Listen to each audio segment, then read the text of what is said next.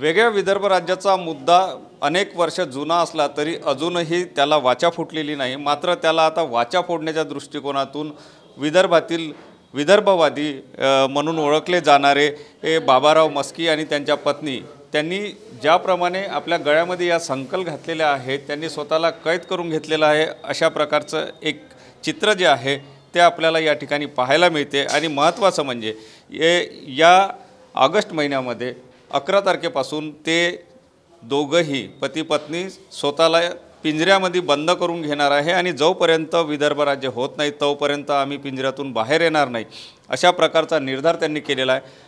काय तुमचा निर्धार आहे आणि काय हे आंदोलन म्हणायचं? मी बाबाराव मस्की, राहणार राजुरा, चंद्रपूर जिल्हा। तिथनं मी आता इथे आलो आहे। मागील 21 वर्षापासून आम्ही विदर्भासाठी आंदोलन करत आहोत, पण त्या आंदोलनामुळे आणखी बाकीचे आमचे जे विदर्भवादी लोक आहेत त्यांच्या आंदोलनामुळे आमची जे 3 कोटी जनता आहे आत्तापर्यंत म्हणजे त्यांना एक प्रोत्साहन मिळत नाही। तो प्रोत्साहन देण्यासाठी आम्ही आमचं घरदार सोडलं आहे। आम्ही 5 तारखेपासून आमचा घरदार आम्ही सोडणार आहोत। आमचे धंदे पाणी, आमचे पूर्ण ट्रान्सपोर्टचा बिझनेस सगळं आम्ही सोडून आम्ही आता दोघेजणं येत्या 5 तारखेपासून आम्ही इथे नागपूरला स्थायिक होणार आहोत। नागपूरला नाही, पूर्ण अख्ख्या विदर्भामध्ये आम्ही स्थायिक होऊन आलो, जेणेकरून विदर्भाची जनता उठली पाहिजे। ओएसिस फर्टिलिटीच्या तज्ञांनी IVF उपचार पद्धतीद्वारे 1 लाखांहून अधिक जोडप्यांना मातृत्व प्राप्तीचा आनंद दिला आहे। मोफत अपॉइंटमेंट बुक करण्यासाठी आजच संपर्क साधा। त्याचा एक 11 तारखेपासून आम्ही संविधान चौक नागपूरला रिझर्व्ह बँकेच्या बाजूला आम्ही लोखंडी पिंजऱ्यामध्ये जे प्रतिकात्मक जो आंदोलन आहे, आज जे महाराष्ट्रामध्ये मागील 70 वर्षापासून आमच्या विदर्भाला एक कोंडून ठेवलं आहे, त्याला म्हणजे विकास होऊ देऊन राहिले। एका पंचीला जेवढा अन्न देते तेवढंच देते, त्यांना आझाद नाही करत आहे।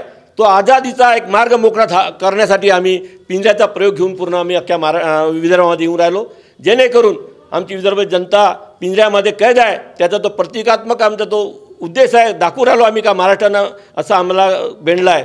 त्याला आझाद करण्यासाठी आम्ही येत्या 11 तारखेपासून ठिय्या आंदोलन करून त्या ठिकाणी त्या संविधान चौकामध्ये आणि येत्या 15 ऑगस्टपासून जो देश आपला स्वातंत्र्य झाला त्याची तारीख तो वेळ आम्ही हे घेऊन त्या संविधान चौकामध्ये आम्ही त्या लोखंडीच्या पिंजऱ्यामध्ये 7 बाय 4चा जो लोखंडीच्या पिंजऱ्या आमच्या दोघांचे 2 स्पेशल पिंजरे आहे, त्या पिंजऱ्यामध्ये ते शोभा मस्की उपोषण करणार आहे, आमर उपोषण करणार आहे।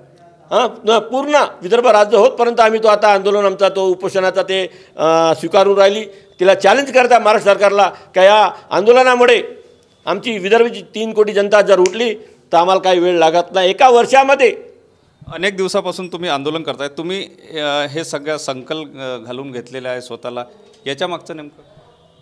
मागील 70 वर्षापासून जो आम्हाला जो आमच्या विदर्भाच्या प्रत्येक संपत्तीला झाला, या जनतेला झाला, जो एक कैद करून ठेवला आहे, त्याचा हा प्रतिकात्मक जे बेड्या आम्ही दाखवता लोकांना का आम्ही गुलाम आहोत का। मी प्रश्नचिन्ह केलं विदर्भाच्या लोकांना, ते तर आम्हाला गुलाम समजतेच, पण आमच्या जनतेला एक प्रश्न आहे का आपण गुलाम खरंच आहो का।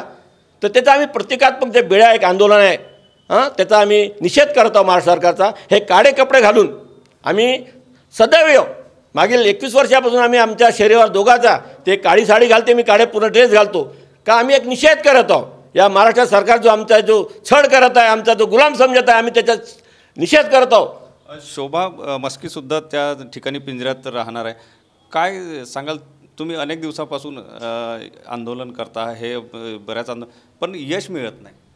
यश मिळत नाही म्हणूनच आम्हाला डबल पिंजऱ्यामध्ये बसून अन्नत्याग आंदोलन करायचं आहे। आणि जोपर्यंत विदर्भ राज्य होणार नाही तोपर्यंत आता मागे अजिबात हटणार नाही। नक्कीच, जोपर्यंत विदर्भ राज्य होणार नाही तोपर्यंत मागे हटणार नाही, आम्ही पिंजऱ्यातच राहू, अशा प्रकारचा निर्धार या दाम्पत्याने केला आहे। सुनील ढगे, TV9 मराठी, नागपूर।